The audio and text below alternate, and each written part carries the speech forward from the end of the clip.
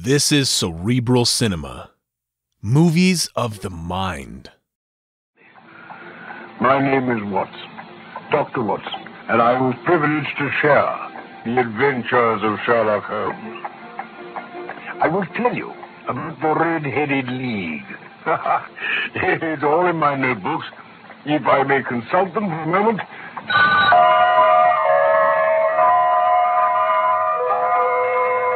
I entered the sitting room of 221B Baker Street one autumn day to find Sherlock Holmes in deep conversation with an elderly man. The sort of fellow you put down at a glance as the average commonplace British face. Obese, pompous. In fact, there was nothing remarkable about him except for an expression of extreme chagrin and discontent upon his features. And a head of blazing red hair. Ah, my dear Watson. Ah, morning, Holmes. Let me introduce you to Mr. Jabez Wilson. How do you do, sir? This is Dr. Watson. He's been my partner and helper in many successful cases, and I've no doubt he'll be of the utmost use in yours, Mr. Wilson. Oh, well, how do you do, Doctor? My friend Watson shares my love of all that is bizarre, outside the conventions and humdrum routine of everyday life. He shows his relish for it by the enthusiasm with which he chronicles, and if you'll excuse my saying so, embellishes so many of my little adventures. Your case is of the greatest interest to me, Holmes. Ah, but none more interesting than mine, I'll warrant. Really? You'll remember, Watson, my remarking the other day that for strange effects and extraordinary combinations, we must go to life itself, which is always far more daring than any effort of the imagination. It's a proposition which I took the liberty of doubting. You did. But you must come round to my view nonetheless, or I shall keep piling fact upon fact on you until you admit I'm right. Now, Mr. Jabez Wilson here has a narrative which promises to be one of the most singular I've listened to for some time. It is indeed, sir, singular. Therefore, my friend Dr. Watson must hear it for himself. Yeah, with pleasure. Well, perhaps Dr. Watson had better read this here newspaper advertisement, eh? Oh, thank you. Where is it? That's I see. To the Red-Headed League. On account of the bequest of the late Hezekiah Hopkins of Lebanon, Pennsylvania, USA, there is now another vacancy entitling a member of the League to a salary of £4 a week for purely nominal services. Red-Headed League? Carry on. All red-headed men above the age of 21 years are eligible. Apply in person on Monday at 11 o'clock to Duncan Ross at the offices of the League, 7 Pope's Court, Fleet Street. What on earth's it about? It is a little off the beaten track, isn't it? You've noted, of course, that the newspaper is 2 months old. Oh, yes. Now, Mr. Wilson. Well, as I told Mr. Holmes, I've a small pawnbroker's business at Saxe-Coburg Square near the city. It just gives me a living. I can only afford an assistant because he's willing to take half wages to learn the business. Well, what is the name of this obliging fellow? Vincent Spaulding. Oh, mind you, I couldn't wish a smarter man. Comes of a good family. He can get twice what I'm able to give him. But why should I put ideas into his head? Why, indeed. I don't know that your assistant is not as remarkable as your advertisement. Oh, he has his faults. There never was such a fellow for photography. Snapping away with a camera and then diving down into the cellar to develop his pictures. Oh, that is his main fault. But on the whole, he's a good worker. Well, one morning, just 8 weeks ago, Spaulding come into the office and showed me that advertisement that you just read out. I wish I was a red-headed man, Mr. Wilson. Why, that vacancy's worth a little fortune. This is incredible, Spaulding. I've never come across such an advertisement as this in all my life. What? You mean you've never heard of the Red-Headed League, Mr. Wilson? No, never. Well, you see, this American, Hezekiah Hopkins, was a millionaire, always getting red when he was a lad for his red hair. So he had a sort of sympathy for red-headed men all his life. And when he died, his fortune went into the hands of trustees with instructions to use it, giving easy jobs to red-haired men. It's astonishing. What's even better, old Hopkins was born in London, so the offer's confined to Londoners. Well, but there must be thousands of red-headed men who would apply. Thousands with red hair, sir, but scarcely 1 in 100 with hair to match old Hezekiah Hopkins' own. How did I hear it described now? Not light red, not dark. A sort of real bright blazing red. Yeah. Hey, what is it? Your hair, sir. If you'll pardon the liberty, I should have guessed it was just the kind they're looking for. Really? Oh. Well, I don't know. Of course, £4 a week. Scarcely be worth a gentleman like you bothering. Oh, well, it all sounds, interesting. An unusual experience, you might say. Now, if only my hair would change overnight, Things are a little slack here just now. You know, Spaulding, I think I might step along to Pope's Court now. Yes, sir. And you can put up the shutters and come along with me. Your experience has been a most entertaining one, Mr. Wilson. Did you ever hear anything to compare with it, Mr. Holmes? Well, gentlemen, I never hope to see such a sight as that again. Fleet Street itself was choked.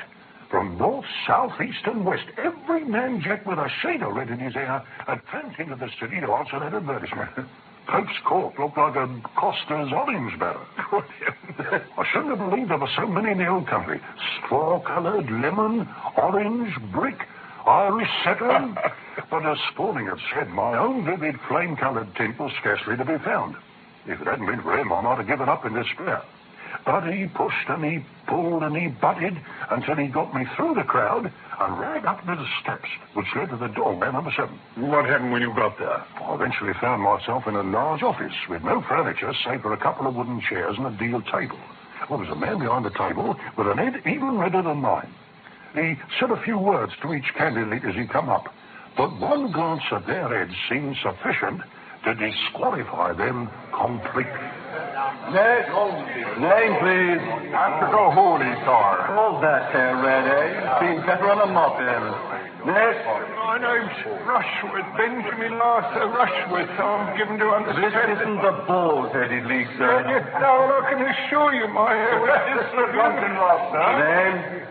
This is Mr. Jabez Wilson. Mr. Jabez Wilson. And now, if you'll permit me, sir, that's the most interesting head. Most interesting indeed. You think so? Oh, yes.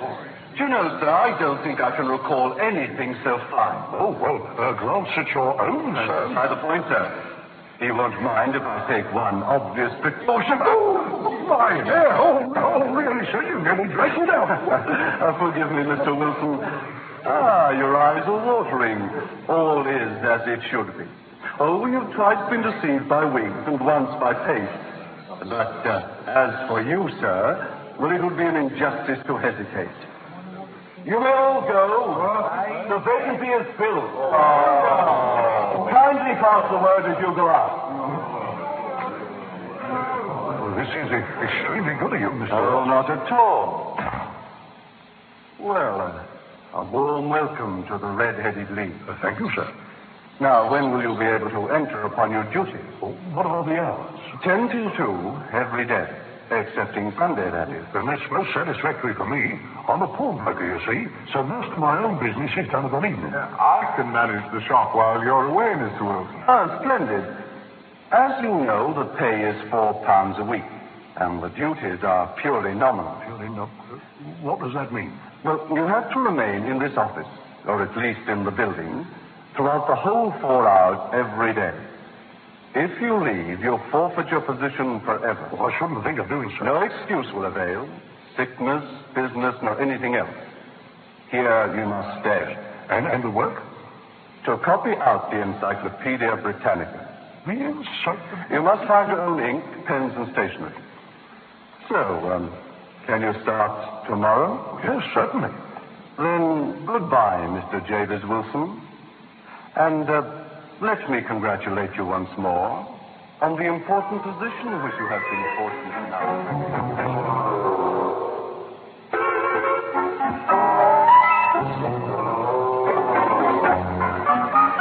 You can imagine, Mr. Holmes, that by the time I reached home, I was persuading myself the whole thing must be some great hoax or fraud.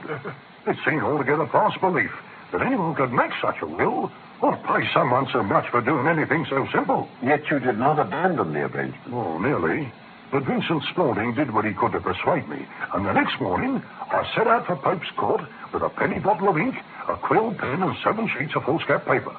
To my surprise and delight, the first volume was set out ready for me, and Mr. Duncan Ross was there to see me get fairly to work. He started from the letter A, and then he left me. But he'd drop in from time to time to see that all was right with me. And to make sure you were there. Yeah.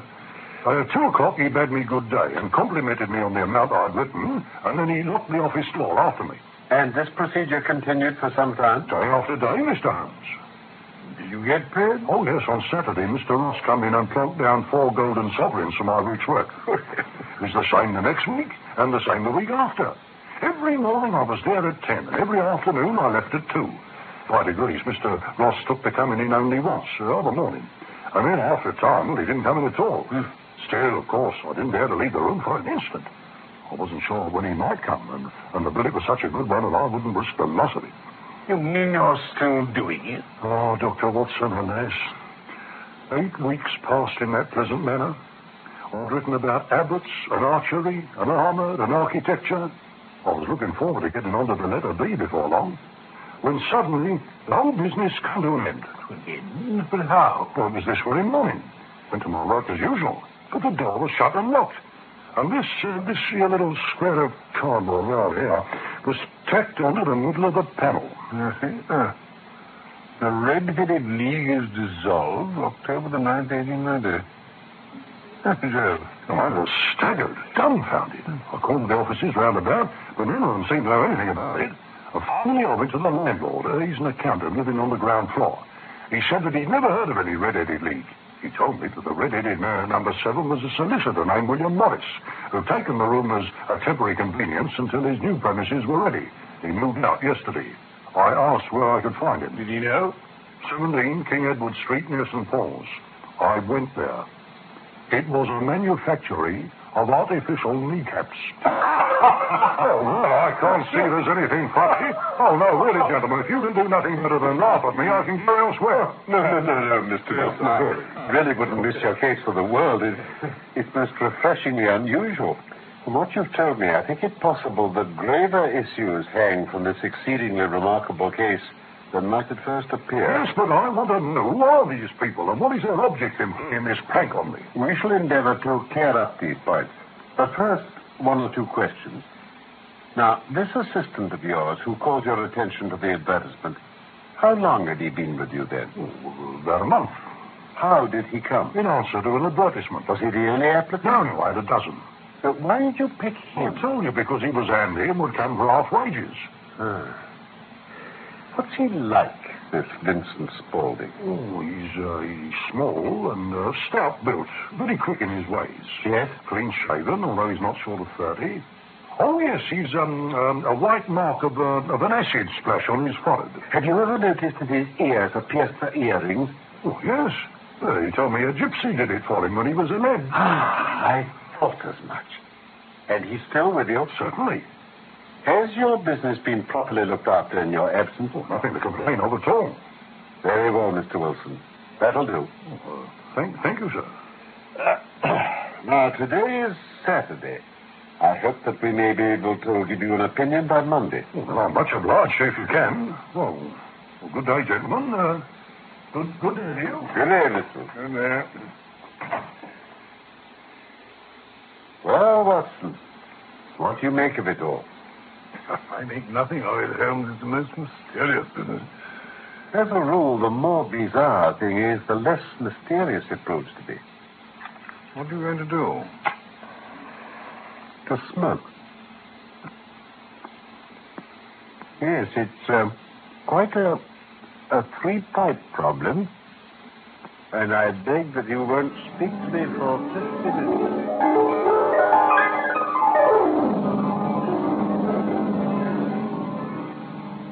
What? What? 4:30 plays at St. James's Hall this afternoon. What do you think? Could your patient spare you for a few hours? No, I've nothing to do today. Then put on your hat and come. I'll go through the city first, and we can have some lunch on the way. Maybe. Come along.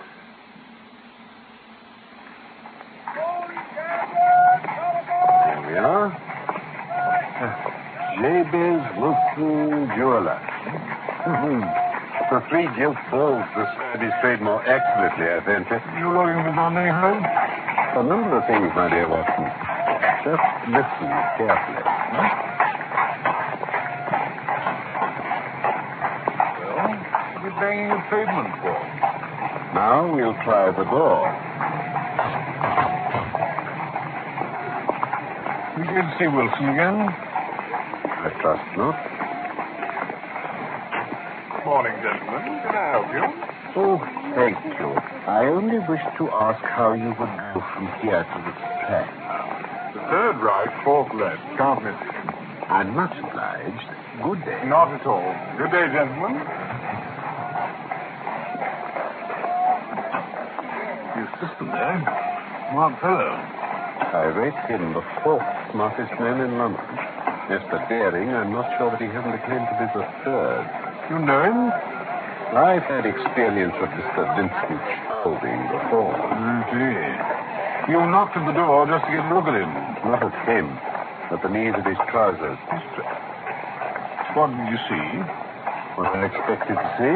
Then why did you beat the pavement? My dear doctor, this is a time for observation, not for talk. We are spies in an enemy's country. We know something of Saxe-Coburg Square. Let us now explore the paths which lie behind it.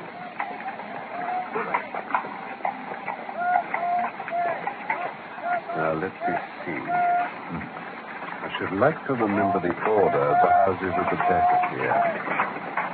Now, there's the tobacconist, Mortimer's, the little newspaper shop, the Coburg branch of the City and Suburban Bank, the vegetarian restaurant, and McFarlane's carriage building depot. That'll do. And now we've done our work, so it's time we had some play. A sandwich and a cup of coffee, and then off to Violin Land with all its sweetness and delicacy and harmony. And there are no red-headed clients to vex us with their conundrums.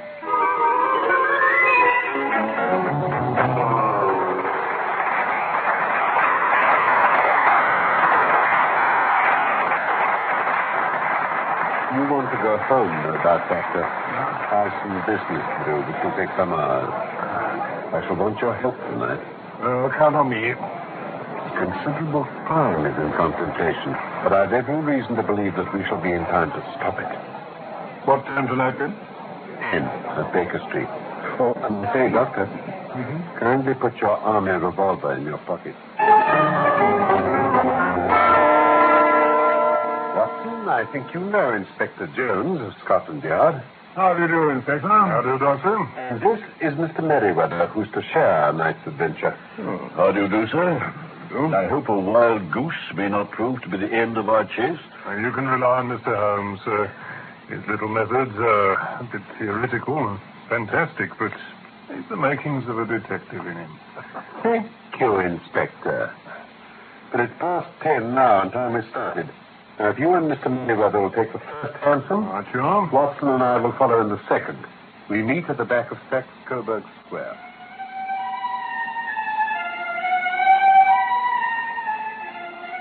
Now, gentlemen, shall I lead the way? Please do, Mr. Merriweather. Just down this short passage. I'll unlock the gate at the end, and then there are steps into a vault.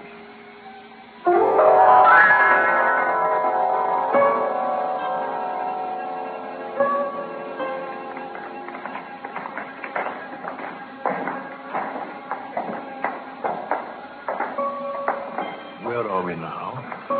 We're in the cellar of the city branch of one of the principal London banks. Mr. Merriweather is chairman of directors. That is so, sir. And as you can see, there's nothing vulnerable about this place. Kindly keep your voice down, sir. Have the goodness to sit on one of those boxes while I examine this floor through my lens. Oh, well, you know what this is all about, sir? It's something to do with our French gold. We've had several warnings that an attempt might be made on it. We had occasion some months ago to borrow 30,000 Napoleons from the Bank of France. We have never needed to unpack the money, and it is still lying in this vault, in these very crates on which we are sitting. Good gracious. I thought as much. And what have you found, Mr. Holmes?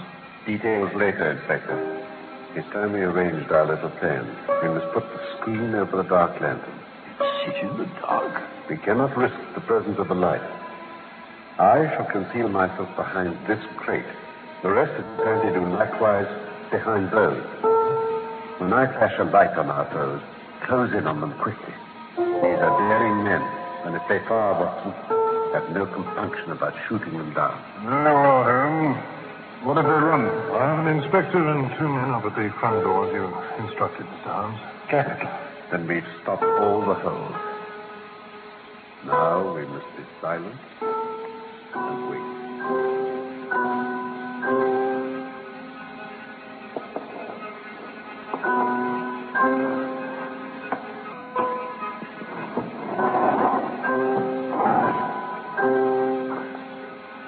It's all clear, Duncan. Take the chisel and hand me the bag. It's no use, say. There's no shot before John say alien. This is falling. Yeah, I'm all right. Lead into the men at the door. No, I don't know. I'll still crying while I just fix the derbies. Touch me with your filthy hands. You may not be aware that I have royal blood in my veins. Oh, still. And have the goodness to address me as sir, and to say please. All right. Then, now, would you please, sir, march upstairs where we can get a cab to carry your highness to the police station? That's better. Lead on, my good man. Well, I've met some in my time. Really, Mr. Holmes, I don't know how the bank can thank you or repay you. I am amply repaid by having had an experience which is in many ways unique, and by hearing the very remarkable narrative of the Red-Headed League. Whiskey, Holmes? Ah, thank you.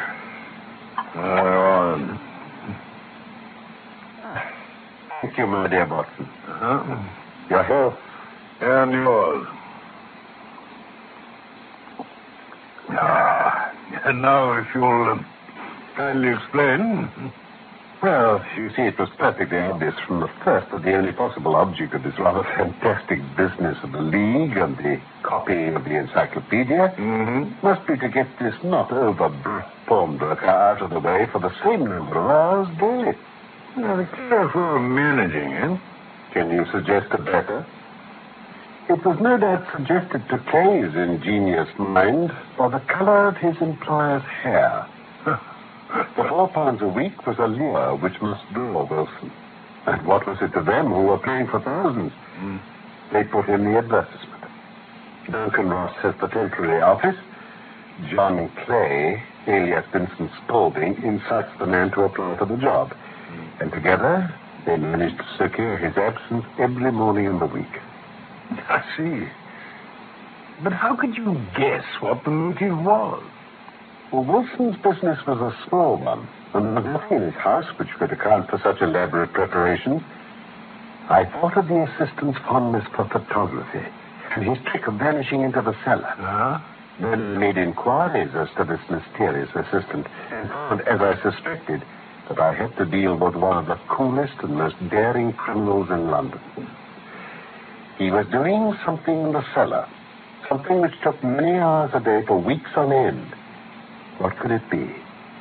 I could think of nothing save that he was running a tunnel to some other building. Now I see. When you beat the pavement with your stick, you were testing for a hollow sound. To be more precise, I was ascertaining whether the cellar stretched out in front of Wilson's house or behind. It was not in front.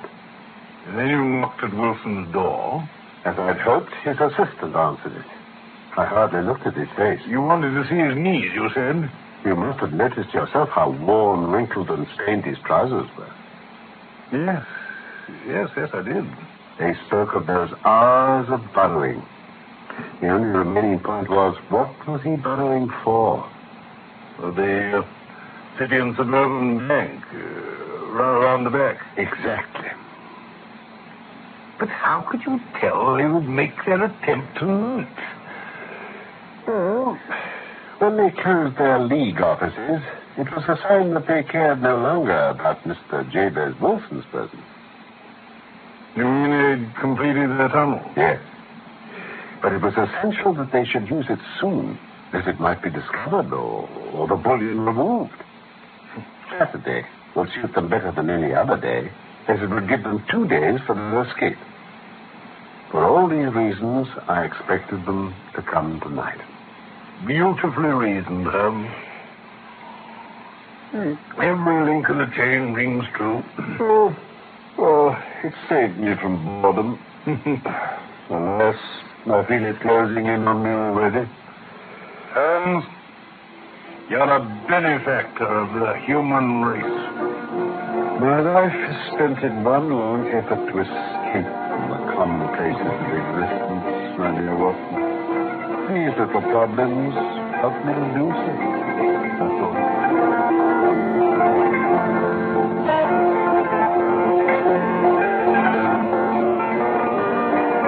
The Red-Headed League was one of the Sherlock Holmes stories from the inspired pen of Sir Arthur Conan Doyle.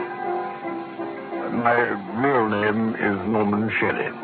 My friend Carlton Hobbs played Sherlock Holmes, and I was Dr. Watson. Our script for this BBC production from London was by Michael Hardwick. I need hardly say I look forward to the pleasure of your company again soon for more of the adventures of Sherlock Holmes.